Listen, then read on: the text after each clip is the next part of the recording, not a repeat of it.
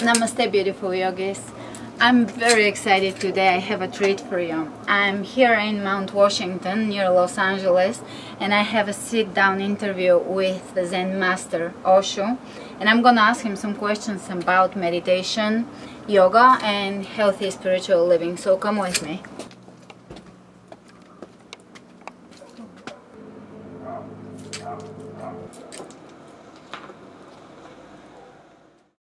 Thank you, Osho, for having us today. Let's begin with the first question. What is Kanzeonji? Kanzeonji. Kanzeonji is the name of my temple. Kanzeon is a bodhisattva of compassion and mercy. And this temple is dedicated to Kanzeon bodhisattva. Therefore, it is Kanzeonji Buddhist temple. Ji meaning temple in Japanese. So Kanzeonji is a temple of Kanzeon. Can you talk about who Shiva is? Shiva. Shiva is a Hindu god. There are three gods in Hindu, major god, which is Brahman, the creator, Vishnu, the maintainer, and Shiva is a destroyer. Destroy doesn't mean it's a bad concept. Creation and maintain and destroy. This is the aspect of a God, the universe. Everything is created, maintained, and destroyed. Yes. So in Hinduism, we call this is the God. Okay. And can you explain what Osho is? Osho. Meaning? Yes. Okay. Osho, basically Osho is a Buddhist word, and actually Osho is my title. It's a title when you become higher than abbot, or higher, then you'll be naturally called Osho. So it's not something, Osho is not a name, it is simply, it's a Buddhist title, a monk, or like a priest or abbot in the temple. Your practice consists of doing yoga and sitting in zazen meditation. Can you explain what zazen is? Okay. Basically, I'm a Buddhist priest, and my major practice is zazen meditation. Okay. It's a quite intense sitting, a long time sitting. Therefore, it is very beneficial if you practice yoga for a very long time sitting. Okay, so yoga enhances your zazen meditation. Make quality of the meditation better. Okay, and what type of yoga do you practice? I practice basically Hatha yoga. Okay. But I believe that yoga meaning union. So, a lot of karma work, it is also a yoga. Yoga, that doesn't mean that just moving the body, the postures. Sitting, meditation, it is a yoga as well. What Buddhist school of thought do you come from? Which school? Buddhist school. I used to belong to Soto sect. Soto Zen Buddhism. Okay. But I'm still practicing and the teaching of Soto Zen.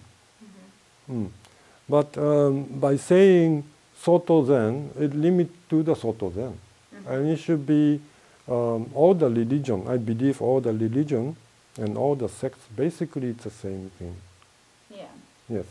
So therefore I stopped calling Soto Zen. Instead, I call non-sectarian Buddhist.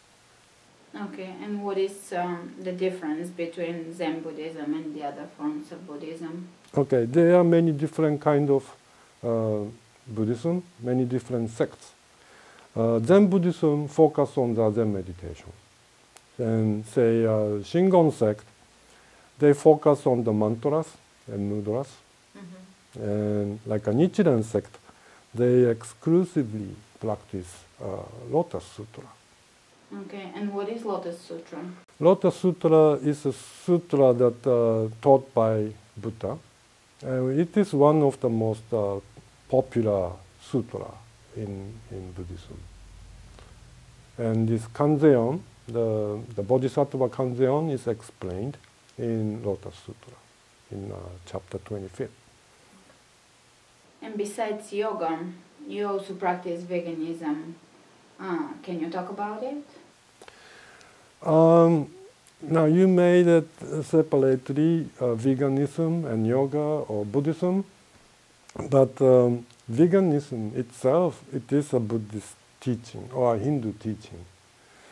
The major teaching is non-violence. The Buddha teaching is non-violence, no killing. So if you follow that precept, you have to be a vegan. You have to be a vegetarian. And can you tell us what is your basic diet? My basic diet is a vegetarian diet, and I'm Japanese, so I eat rice and I eat miso soup. These two are the most major, and some other vegetable dishes. Okay. But basic is brown rice and the miso soup. Okay, and you have been vegan for how many years? About 30 years. Great.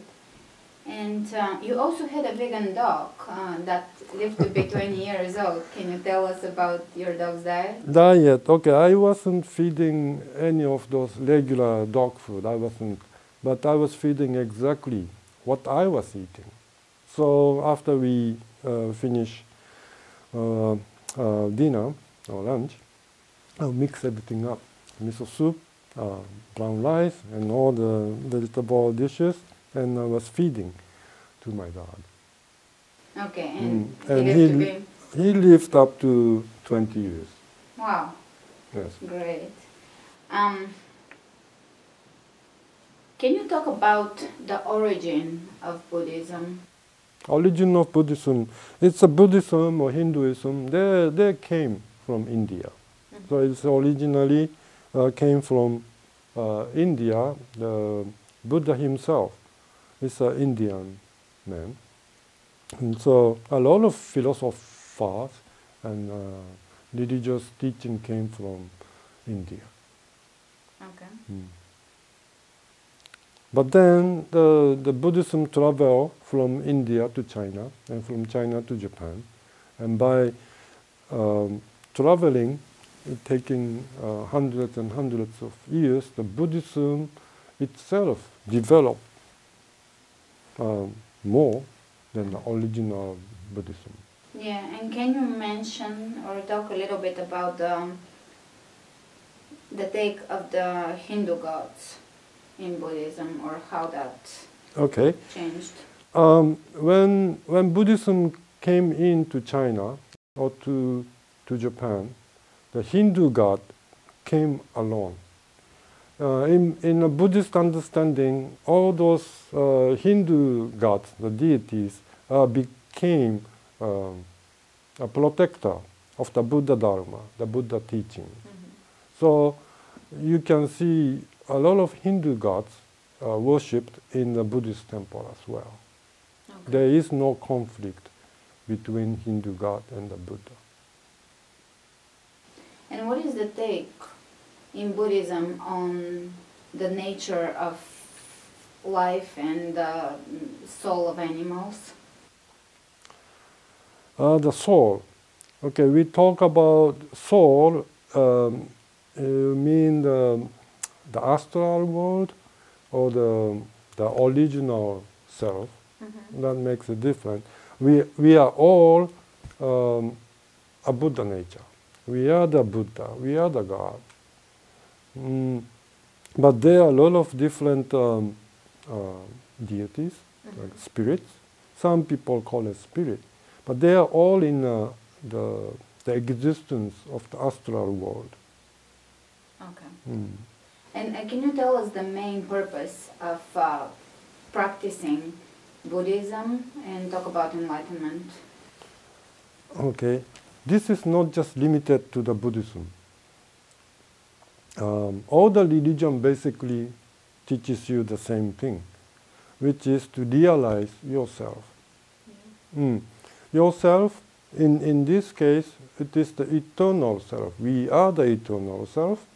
In Buddhism, we call Buddha nature. In Hinduism, we call God the Atma. In Christianity, we call God within. And some Hindu masters, they call self. So there are some teaching to the word self-realization, which meaning exactly same as enlightenment. So the meaning of enlightenment, it is simply, it is a self-realization. Okay. And the tools for achieving that? To achieving, daily practice? to realize who you really are, then here comes all these various teachings, which is zazen meditation, the yoga practices, karma yoga. You can attain enlightenment through karma yoga. You can attain enlightenment through mantra yoga, or you can attain enlightenment through sitting zazen. Okay. And of course, practicing Christianity can lead you into the enlightenment as well. Yeah. And can you talk about karma and reincarnation? Okay. Basically, the teaching of Buddhism or Hinduism is the teaching of karma and teaching of reincarnation. Our body lasts about 100 years, but our eternal self is eternal. That's why we call it eternal. Eternal self, never ending, never beginning. It's always there. So, this body lasts only about 100 years, and yourself is the eternal self. So then here comes the teaching of the reincarnation. You have to change your body after 80, 90, 100 years. So that is the teaching of reincarnation. And the karma, basically the karma teaching is how do you create karma? Is thinking, doing, and speaking. They are the only the three things to create karma. When you think about it, there's nothing else you create karma. So if you speak bad, then you're creating bad karma. If you're thinking bad, you're creating bad karma also. And if you behave bad, you are creating a bad karma there. But if you speak good, and if you think good, and if you behave good, then you're creating good karma. Okay, and what about fear? Fear is coming from that whatever you want, it doesn't happen, then it's become fear. Your ego self wants certain things, and it doesn't come to you. Then your ego is become very unhappy. So something your ego likes, then your ego become very happy. Something you don't like, your ego is become very sad. But then the practice is to get rid of the ego. This is all common with all the religion. Every religion teaches you to become egolessness. Ego is me, I. That is ego. So it's very simple. Try to work towards no ego. Then you should be very happy. Okay, so can you talk a little bit about attachment? Attachment is again your ego. Your mind is attached to certain things. Say if you are attached to this and you cannot have this, or if this is going away, then your ego is very, very unhappy. So because of the attachment of, say, ego of husband and the wife clashes and become disharmony. The country ego and the other country ego clashes, and it becomes a war. Yeah. So ego is the one that we have to work towards to become egolessness. Yeah. All the prophets, the Buddha, Jesus, basically they see themselves and they become egolessness. Okay. So if you have an ego within you strong, you can never expect the enlightenment. Okay, and the purpose of all the practices and the purpose of zazen meditation is to practice without attachment to outcome. Yes. Yes. Yes. The nature of reality here on earth is it's illusion. What is the only permanent thing? Okay. Every single thing in this universe is temporary. Yeah. Yes. So like this house, the planet Earth, the sun and the moon, it has a time. It's not forever. Nothing is forever in this universe. Everything goes away. Meaning it exists temporarily. In other words, it doesn't really exist. It comes and goes. So it is like a dream. Okay. It's temporary. But there is one thing it is permanent, which is yourself, which is the God, which is the God within. This is only one thing. And other than that is all illusion. Therefore, you can say nothing exists except yourself. Yeah. We are seeing the illusion every day, and it is such a realistic, very, very realistic. Even you heard this, but you still think this exists. But it is an illusion to think that things exist. For example, another example, you look at the sky in the evening, there's a star there, bright. Tomorrow night, you see it's still there. Maybe that the star is maybe some hundreds of light years away from us.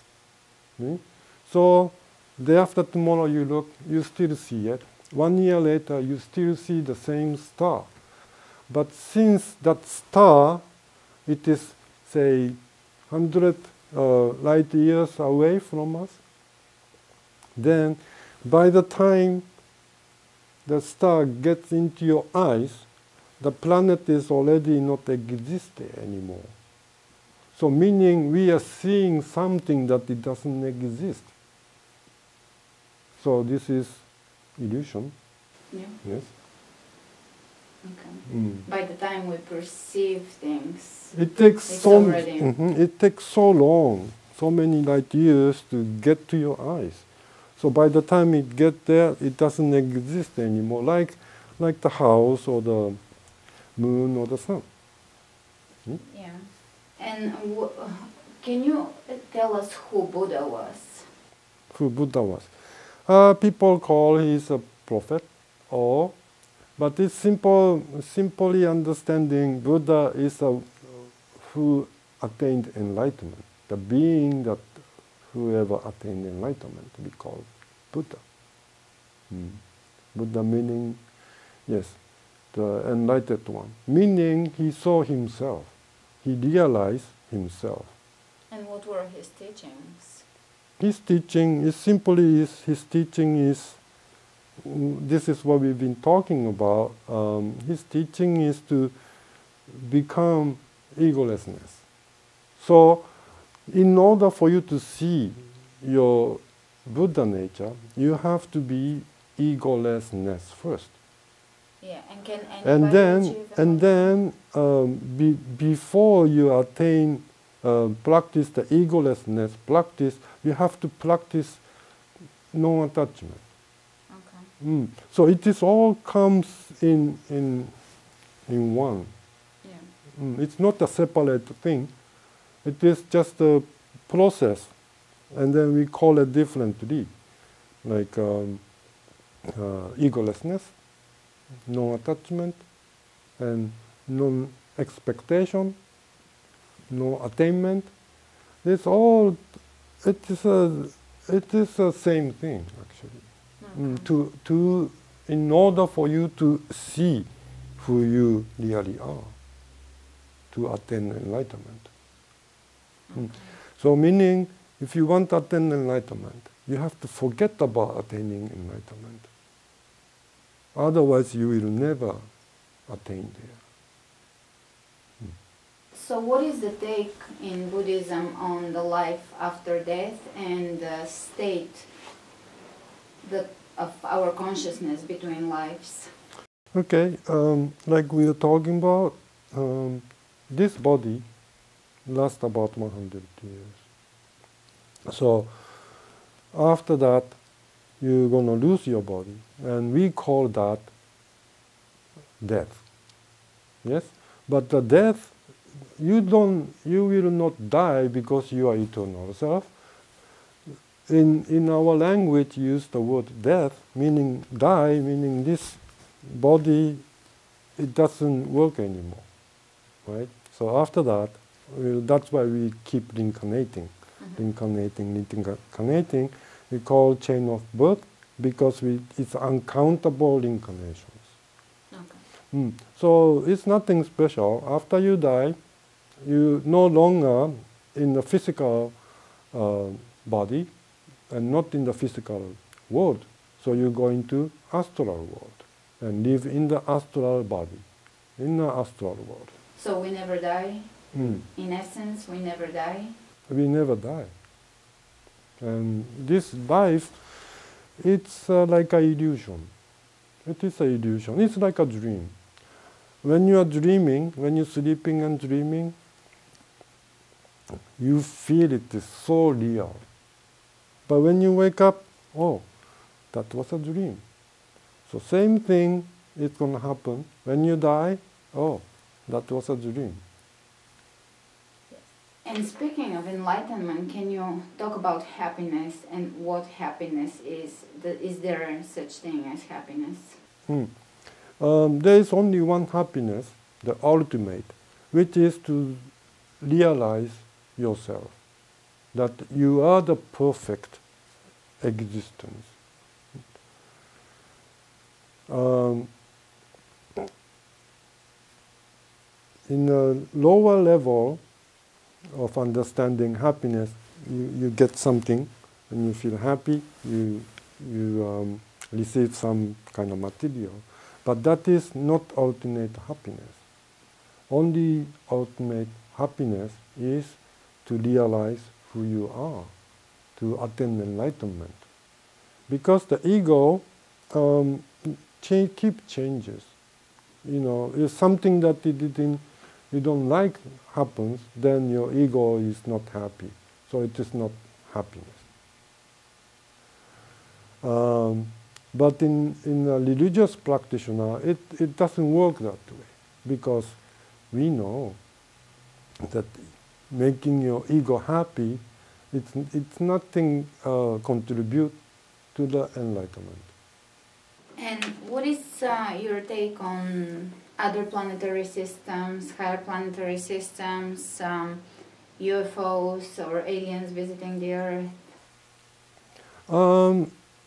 It's not very important. It is not very, very important things to understand.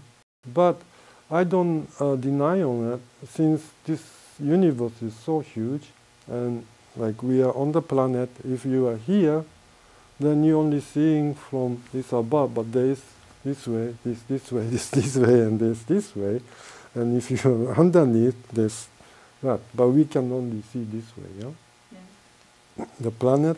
So it can be anything out there, and there are a number of people who have seen like UFO or aliens.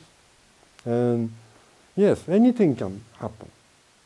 Buddhism will not deny on that.